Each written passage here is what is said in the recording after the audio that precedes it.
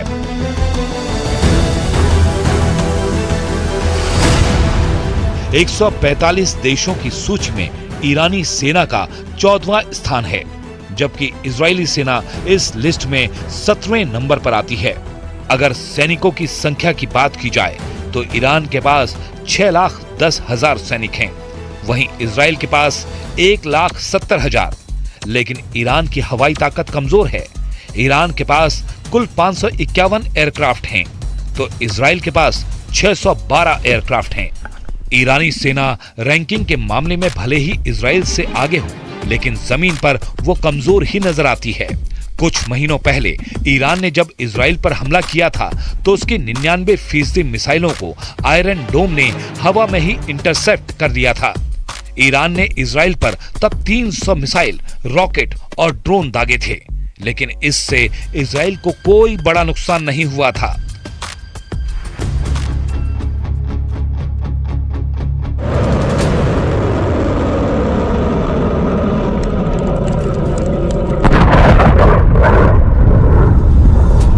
अब ऐसी हालत में पुतिन ने जिस तरह से ईरान का साथ देने का ऐलान कर दिया है, उससे अमेरिका और इजराइल को जबरदस्त झटका लगा है, क्योंकि खबर यह भी है कि ईरान अपने दम पर परमाणु हमला करने की क्षमता हासिल कर चुका है।